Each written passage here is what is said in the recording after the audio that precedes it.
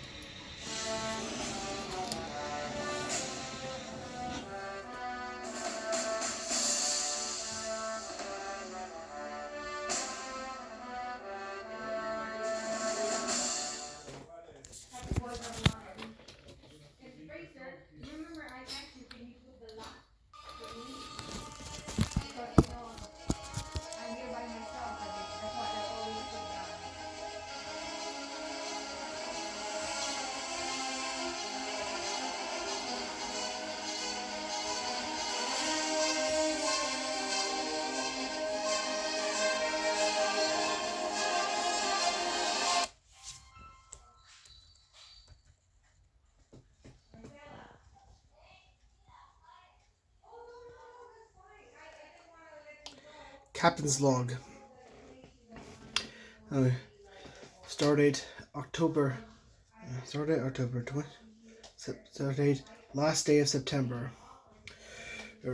2089. We have reached the Calypso Rift. According to the information from our scientists, we are to that the artifact is located on the planet known as the planet Oceanus, which is now known as the planet Aqua Star. From additional information we know, this was the former battlegrounds from the Great War. We are standing by now for additional information from the scientists. Commander, we are receiving communication from Dr. Greentop. Put him on.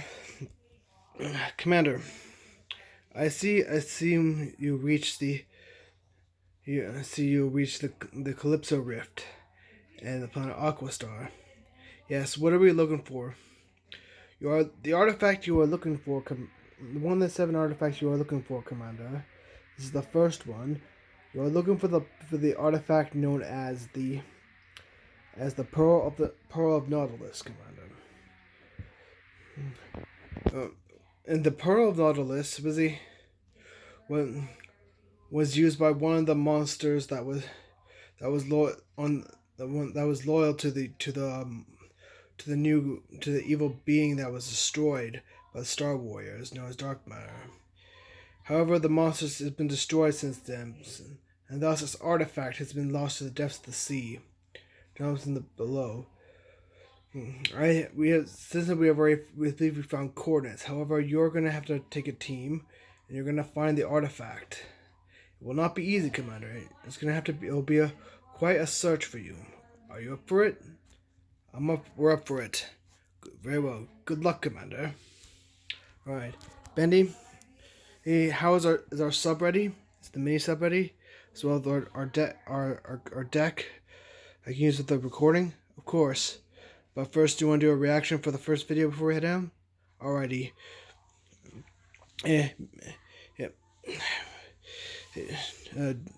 Jack, you have the bridge. Mickey, Bendy, and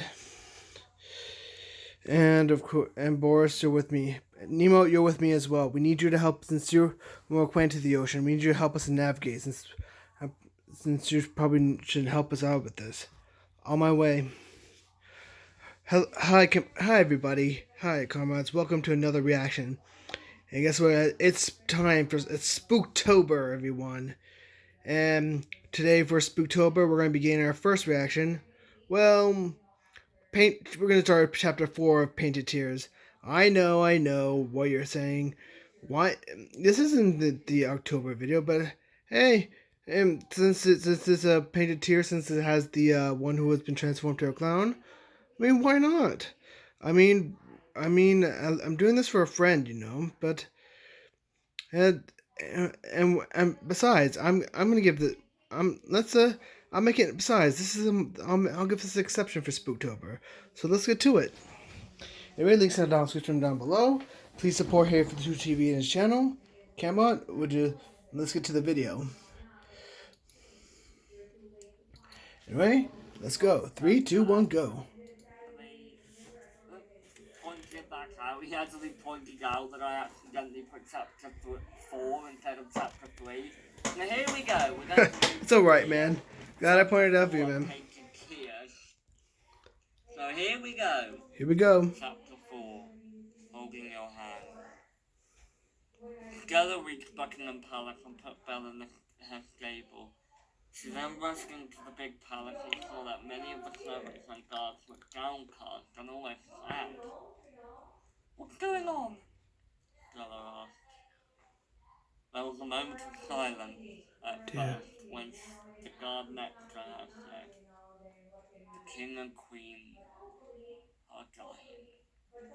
Stella's eyes widened in horror and she put her hand over her mouth. "But why?" she asked. She knew her mother and father were old, but they were still in her prime. "No one knows why." Oh dear. They went to the doctor and while you were gone, they said there was food poisoning, but they don't know who caused it. Oh no. They don't have long to live. I wonder who could have done this. Stella was anxious. She rushed to her parents' bedroom. When she got there, she flung the bedroom door open and saw that her parents were lying down flat, a sickly pale colour. Stella tiptoed towards their bed. Their eyes were closed, and Stella feared the worst for them. But King Benjamin's eyes fluttered open. "Stella, is that you, he wheezed. It broke Stella's heart to see her parents like this. "Why, yes, father. I'm here. I'm here. It's okay." Stella's father coughed loudly and wheezed. "Honey, we don't have much time to live. So let me just say that we love you. I'm sorry we were so hard on you." Benjamin waved his hand and stroked Stella's cheek.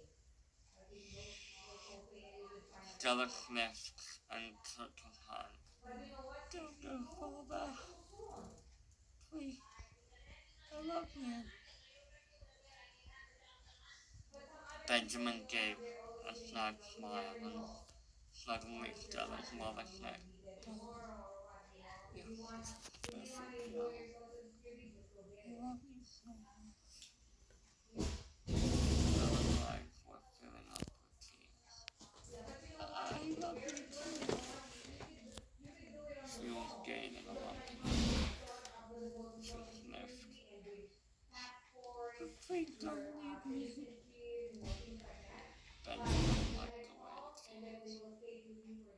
"We'll never know," he replied. And then her mother spoke up. "Ch.4, whenever you feel alone, come to the store. There's no always there. And now, you'll always be with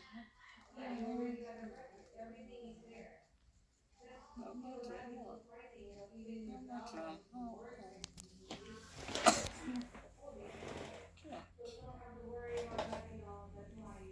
And the king and queen held hands, closed their eyes, and they were gone.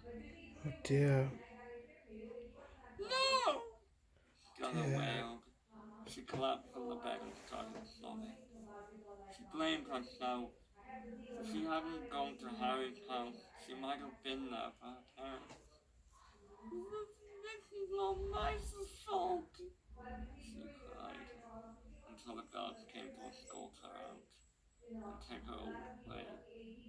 and take away the bodies of the king and queen.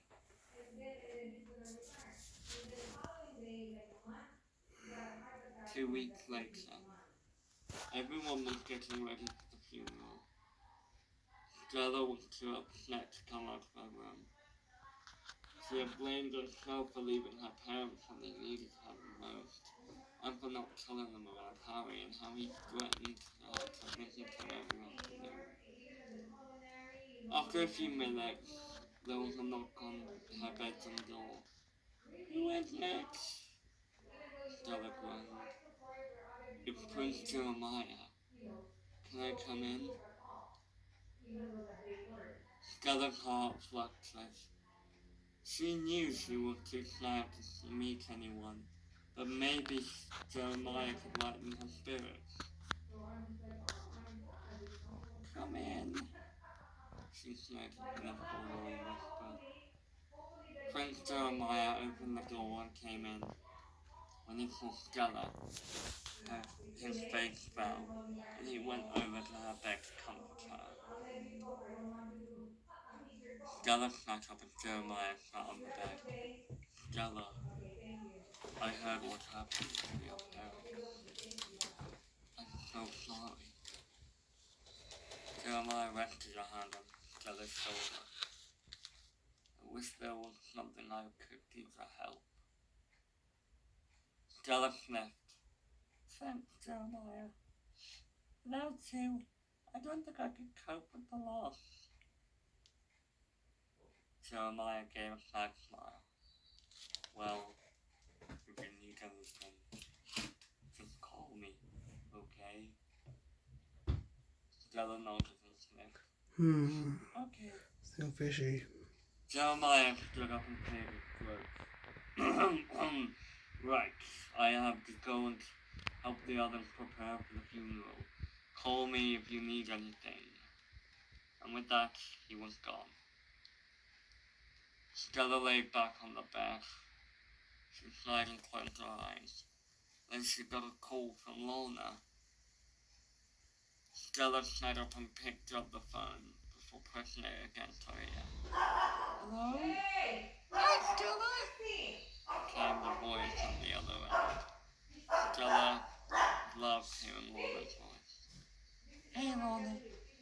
How have you been? She asked. Oh, I'm doing great. Listen, I heard about our parents. I'm so sorry, Stella. Jeremiah told me about it over the phone. He's such a nice boy.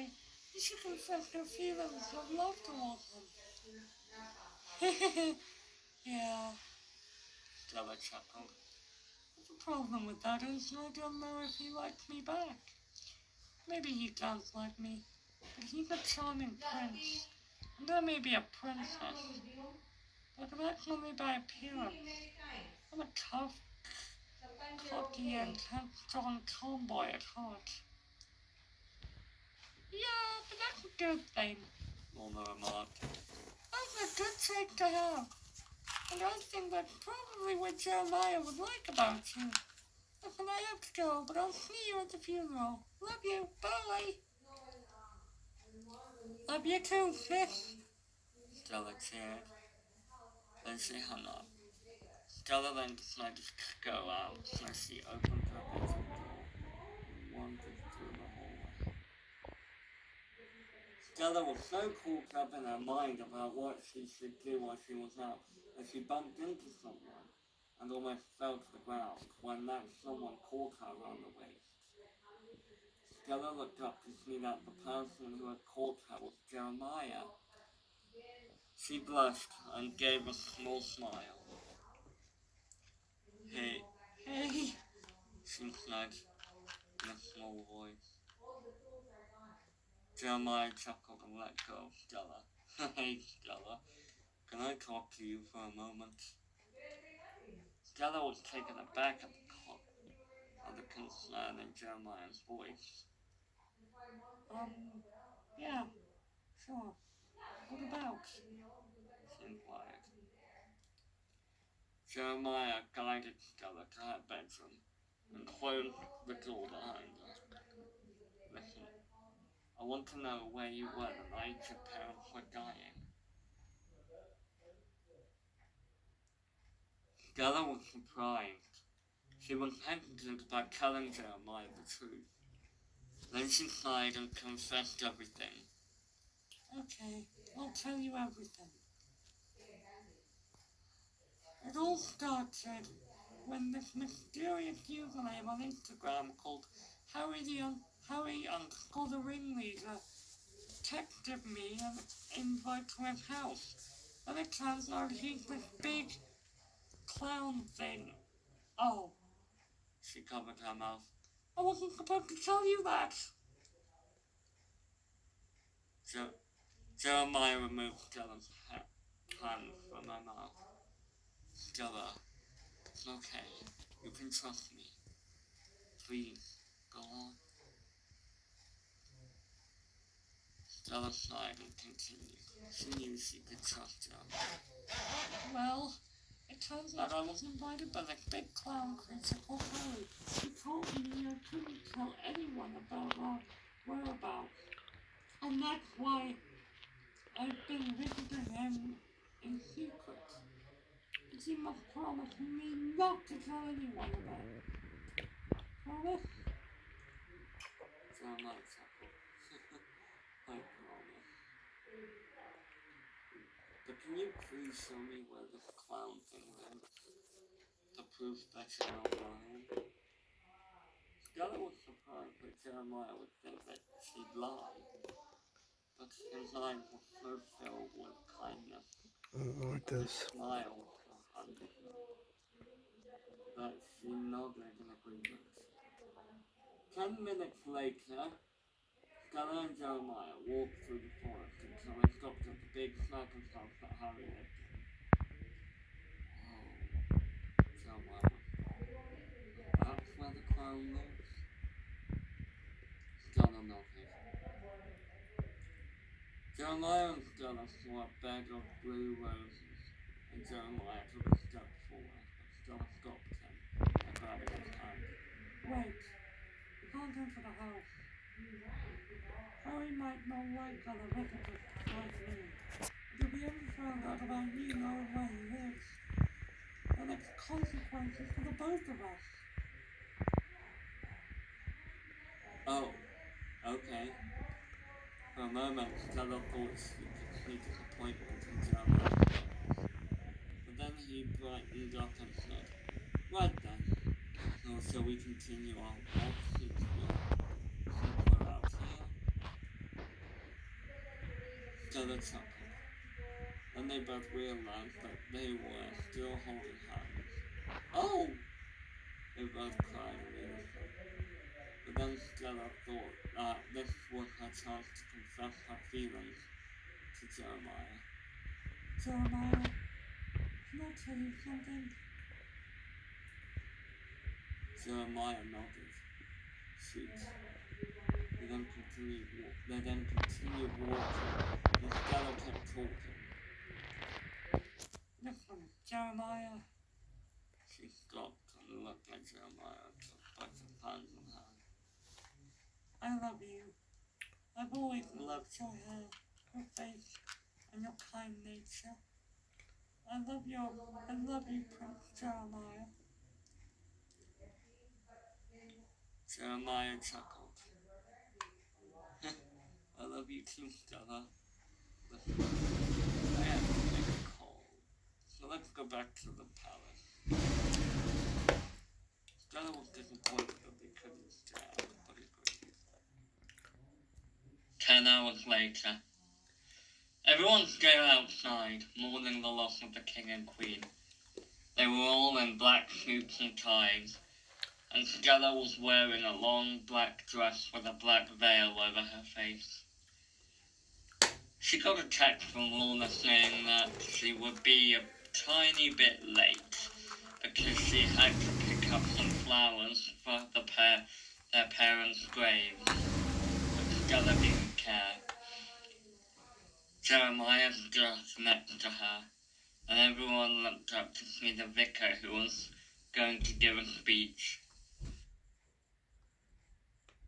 Dearly beloved, we are gathered here today to mourn a tremendous loss, one that has left a hole in our hearts.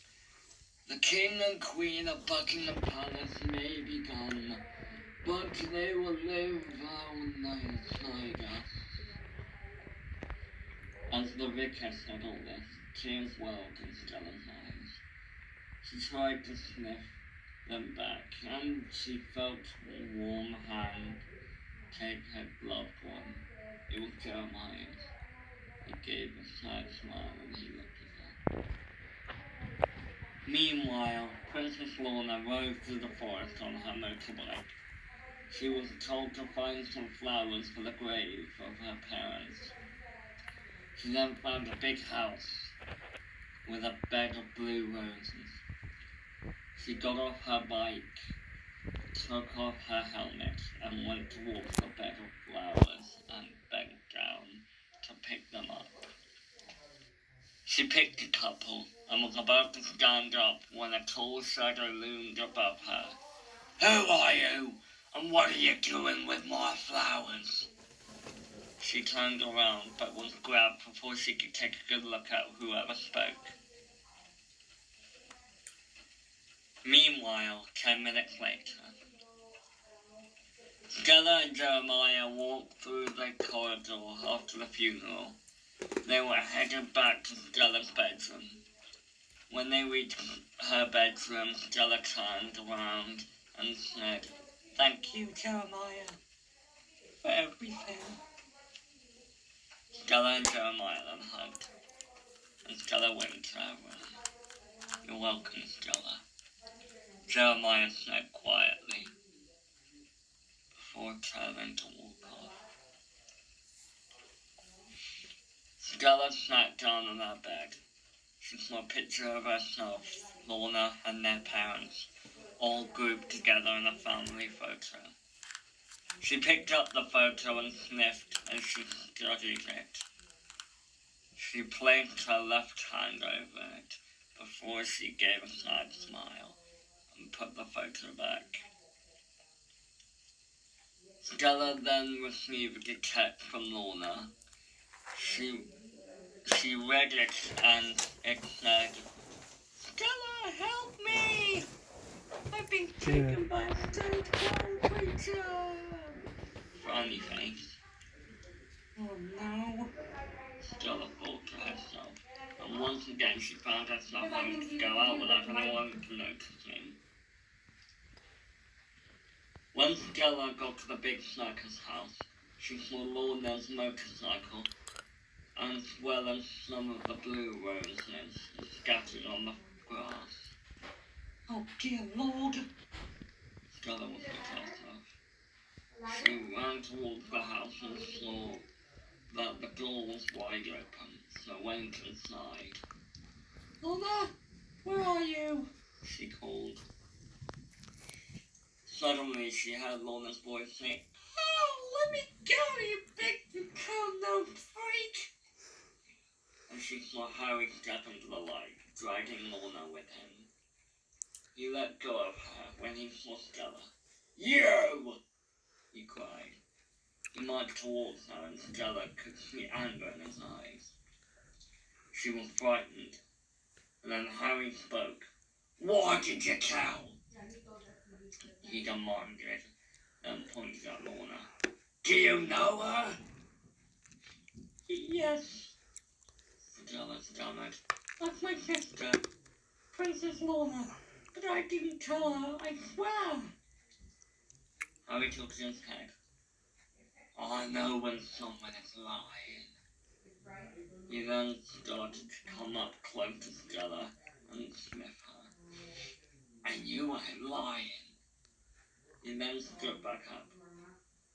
"But she still has to stay here as a prisoner for trespassing." Stella was horrified at the thought of her sister being a prisoner. "Oh no, please, Harry, don't keep her here."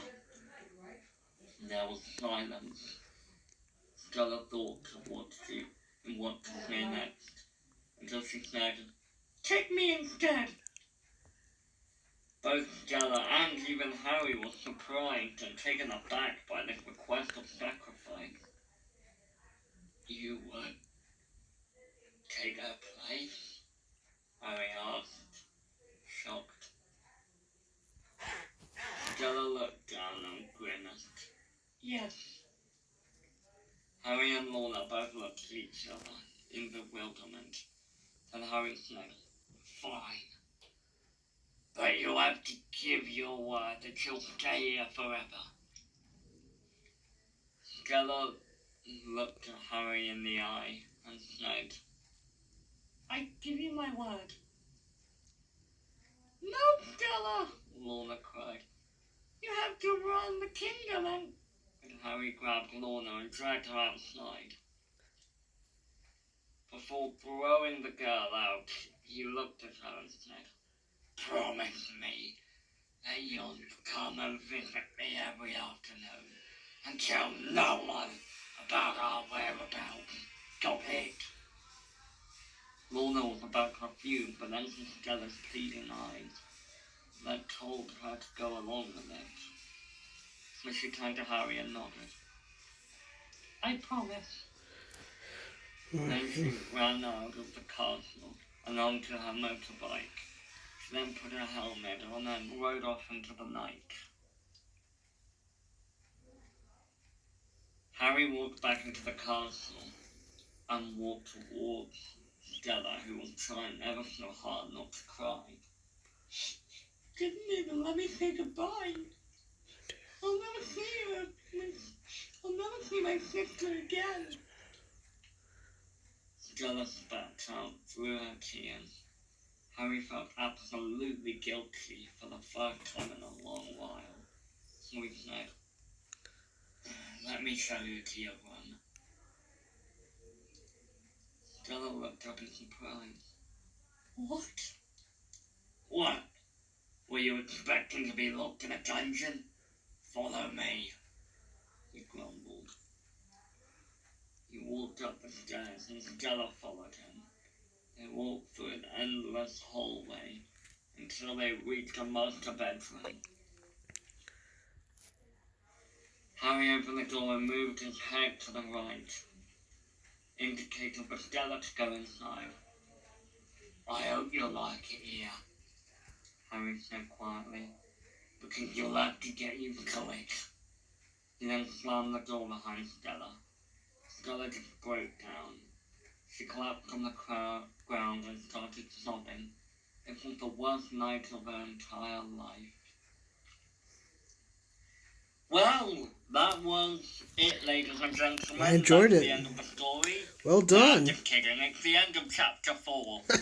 I will come out with a Good one. nostalgia Very funny. reactions episode this Saturday, probably. And just to give you a little update, I'm going to put nostalgia reactions on hold just until the end of October, because this October I plan on doing a horror reaction series where I do a full 30-day reaction of scary reaction videos, and I watch a scary video every day on October. So be sure to stay tuned for that, and I will probably come out with another chapter of Painted Tears next week or the week after. And Looking forward to it, Harry. I hope you enjoyed this chapter. I'm Harry FleuTV. Remember, you don't have to. Alright, see ya. Well, guys, that was this Painted Tears. This is chapter 4. I hope you enjoyed it, guys. So far things are getting a lot interesting in the story. Harry, you are doing an excellent job. Keep up the great work. Anyway, guys, I got an expedition to go on right now. I got an artifact to find right now, and a galaxy to save. So, guys, I hope you guys join me aboard the sub during our expedition. Because the next episode, guys, we're about to return to the Resident Evil. Oh, and I'm not talking about the horrible Resident Evil. No, we're about to do a review of some animations Resident Evil movies. So guys, stay tuned. Peace out, comrades. We're all ready here, Commander. All right, let's board. Jack, you're in command of the ship. Good.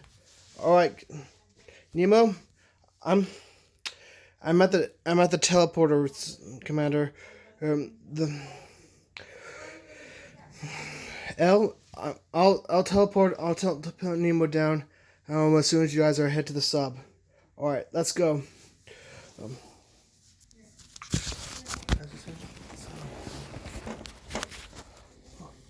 Pop drop in 5, 4, 3, 2, 1. Engage.